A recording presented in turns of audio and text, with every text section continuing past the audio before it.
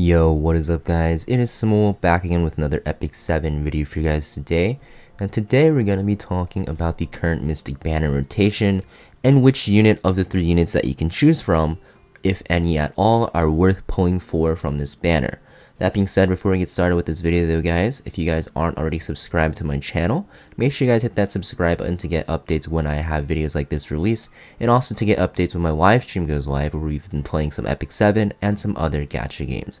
That being said, let's get started. So yes, what units are going to be running, you guys probably already know because you guys have already checked, but we have Operator Sigret, Archdemon Shadow, and Designer Lilibet for the ML 5 stars, and for the ML 4 star we have Champion Zerato. Also, this week is going to be featuring Roana, which is the RGB 5 star, and Etika Scepter, which is the 5 star artifact. We're going to talk about all of these.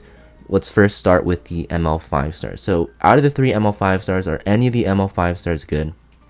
They are all very good for PvP. For PvE, you won't get really any usage out of any of these units, but they're all extremely good for PvP, and they're all good in their own way. We're going to talk about that after we go over their skills one by one. Let's get started with Operator Sigret. So Operator Sigret, she is a very strong cleaver and a very good answer to Fallen Cecilia and Hwayoung and anything that starts with the barrier at the start of battle, because you're going to see that her kit really relies on just punishing anything with the barrier. So her S3 is an AoE attack which has a 100% chance to decrease buff durations by 1 turn before CR pushing, so this will remove immunity buffs granted by the set and also CR push back the enemy, and also will increase attack of all your allies by 2 turns. And when you're granted a barrier, this will ignore effect resist, meaning that this will never be resisted if the enemy has a barrier on that unit. And this will also scale with your own speed. So you can see she's a very good opener. You can use her as an opener against Hwayoung. You can use her against an opener most commonly against Fallen Cecilia. She's one of the hard counters to Fallen Cecilia that exists in the game. There's very few. She's a very good answer because Fallen Cecilia, you know, as you guys know, her S2 will give a barrier to her whole team, so this will always push back the enemy. Now you have her S2, which is a single target attack that will grant an extra turn when the enemy is defeated, and this will penetrate the target's defense by 50% or 100% when you're granted a barrier, or when the target is granted a barrier, sorry. This will also deal more damage proportional to your own speed. So yeah, very good against Hwayoung's, Fallen Cecilia's, like I said, because you can just S2 into a target with the barrier, you know, try to one-shot them if you can, and if you do, you can just S3 right after, and then also get more damage off CR push, and then also give an attack buff to your team. So very powerful against barrier teams. And our S1 is going to be a regular attack that will heal an ally with the lowest HP, and this will scale with your attack. So very weird that our S1 has a healing built in, but it does. A lot of people don't even know that our S1 heals an ally, but it does have a heal because, yeah, it's just a weird effect. I don't know why this is a thing. It would make more sense to have like a defense break or like an attack down or something like that, or a speed down even, but this has a heal built in, and a lot of people don't know that because most people just use her for S3 and S2, and the fight is usually over by then. So yeah, very powerful. Again, in PvP, she's good for cleavers because Fallen Cecilia is a very good answer to cleave usually, but Operator Sigret kind of counters that as well. So very good for cleavers. You can use her as a more DPS oriented build instead of cleaving, but I recommend her as a cleaver. If you're a cleaving player and you want an answer to, you know, barrier teams, then Operator Sigret is a very good option for you. Personally, I think she is the worst of the 3 that you can pull for, but she's still a very good option nonetheless if you are looking for an answer to anything that, you know, abuses barriers. So yeah, that being said, that's Operator Sigret and what I think about her. Now let's talk about Archdemon Shadow. So this is Meru, right? So she is a very strong bruiser unit. Like I said, she's not used in PvP at all, but she's very good in PvP. She's a good option to slower teams, and especially teams that abuse S2 passive, because you're going to see that she abuses a mechanic called Seal, which pretty much cancels any passive effects that your unit might have. So her S3 is a 5 focus attack, so you need to use focus for this. And this is an AoE attack with a chance to decrease defense and a chance to inflict burns. It goes up to 100% when you max it out. And this will also give you an extra turn, and this will not trigger a counter attack. Now, this skill is really strong because the burns actually will end up almost 2-shotting DPS units. Even though you don't build her on super high attack, her base damage is pretty high. Now her S2 makes her super tanky. It will decrease damage suffered from a crit by 20%, and after you use your S1, you have a 40% chance to activate Burst, going up to 80% if the target is sealed. Now Burst is an AoE attack with a chance to decrease hit chance, which is a very annoying debuff for any unit, and will also CR push herself and gain 1 focus, which will stack up so you can use your S3. Her S1 is going to be a single target attack that has a chance to seal the enemy for 2 turns. This will go up to 75% actually, and then yeah, very, very strong. So this is really good because you're going to see that seal is actually a debuff that will not allow passive effects to activate, and this is really strong against units like Tempest Cern, who really need their S2 to do their job. Good against Landy, who cannot stack her passive anymore. Very good against like Spectre Tenebria if you can get the seal to land on her, because she won't be able to, you know, get her attack and defense buff. Very good against Fallen Cecilia teams because they won't be able to get the barrier Fallen Cecilia sealed. There's just so many good options, right? Good against Roana because then Roana, even if they pick Roana as an answer to your Rem or to whatever passive or counter unit that you are abusing, then Roana won't be able to boost their team and heal them. So very, very good against units, as you can see, that abuse their S2. She's a very niche pick. You can't pick her all the time. You have to pick her in situations where you see, you know, the enemy has a lot of passive abilities, which you're going to see a lot in ML5 stars. A lot of ML5 stars have an S1 and S3 active and their S2 is passive. So yeah, very, very strong in that situation, because she really abuses teams like that, and she becomes a must ban because she is so annoying. You guys already know if the seal lands, not only do your passive effects don't activate, but she's going to be constantly proccing this AoE decrease hit chance and CR pushing herself, and her S3 is really annoying because it does a lot of damage. So she's a very annoying unit to deal with, and if you can pick her in the right situation, then she's very strong. I do not recommend her for newer players though, because she is hard to gear and she kind of needs a deep roster to make use of, because, you know, she's a very niche unit. You cannot blindly pick her into a lot of situations. You're not going to really pick her into, you know, Guild Wars offense or defense that often. She's mostly a World Arena unit, and even in World Arena, she's very, very, you know, counter pick oriented. So you want to, you know, probably skip on her if you're new to the game, and pull for her as a late game player if you are looking to expand your roster and looking for a fun counter niche pick that will surprise a lot of players. Last unit we're going to talk about is Designer Lilibet. So Designer Lilibet is going to be the best of the bunch in my opinion because she's the most flexible. I think Archdemon Shadow is the second best, and Operator Sigret's probably the third best. Still very good in all of them, but Designer Lilibet is a very, very good unit because she's a very premier cleanser at the moment. She's very strong. So her S3 is a decreased debuff duration of all allies by 2 turns. So if you have like 5 debuffs on your team and they're all 2 turns, they all get cleansed. And they will also, and this will also increase skill cooldown of all the enemies because it's an AoE attack by 1 turn. And also CR push your allies by 15%, and this will deal damage proportional to your own defense. So very, very strong, very overloaded skill, and this is very, very powerful for, you know, any cleansing team. Next we have her S2, which is going to be a passive ability. Like I said, a lot of ML5s have passives, and this is going to be when an enemy turn ends, gain 10 fighting spirit for each debuff inflicted on an ally, and when your fighting spirit is full, you'll consume all fighting spirit to cleanse yourself fully, increase defense, and also CR push yourself. So 30 fighting spirit is what you start off with, right? If you actually enhance this, you'll start with 50, and you're going to see that you only need 50 more to actually gain the effect to cleanse yourself and push yourself.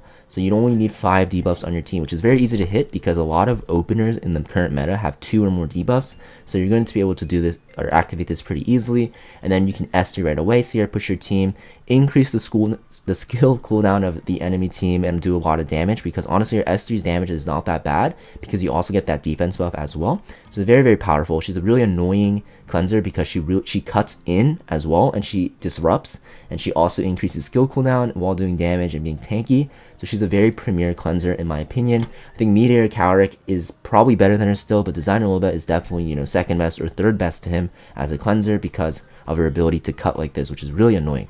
Next we have her S1, which is also a damage proportional to defense scaling attack, and will also have a chance to silence. So yeah, she's very annoying. She has a silence built in. She can cut you, she can cleanse her team, she can CR push, she can increase skill cooldown. It's a very overloaded kit, very powerful cleanser, and the best part is you don't need effect resist because you want her to get debuffed so she can cleanse herself and then also be able to activate her S3 because you need 5 debuffs on your team. Honestly, you can build her on ER if you want, but you don't really need it on her. So very, very powerful in that regard as a cleanser. I think she's a very good unit if you're looking for a decent cleanser for PvP.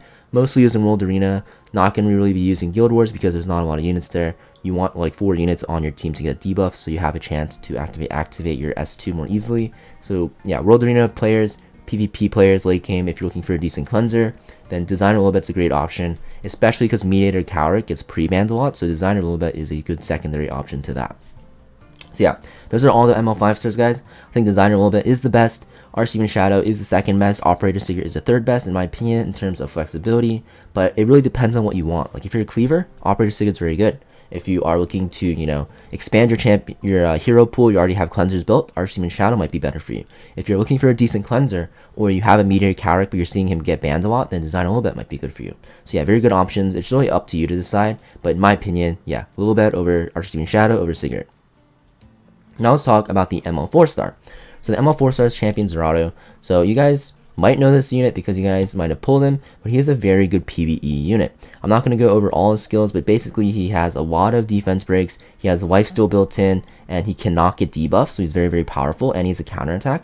So this makes him very good in bosses that have a lot of debuffs, and he's mostly going to be used in PvE as a Hell Raid auto team DPS. So if you guys are looking to auto Hell Raid, then Champion Zerato is a very, very good option. He's probably the best DPS there because he cannot get debuffed. He's very self-sustainable and he has a lot of damage.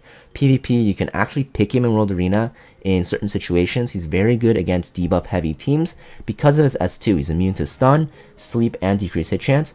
But also if he gets debuffed actually with other debuffs besides those 4, he will, or 3, he'll actually counterattack and then transfer them back with his S1.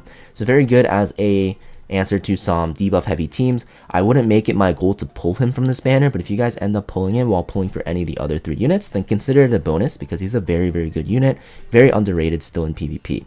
Now let's talk about the RGB 5 star and the artifact for this week, and also the one for next week, and if they're worth pulling for. So this week's rotation, I'm going to be honest, is really insane.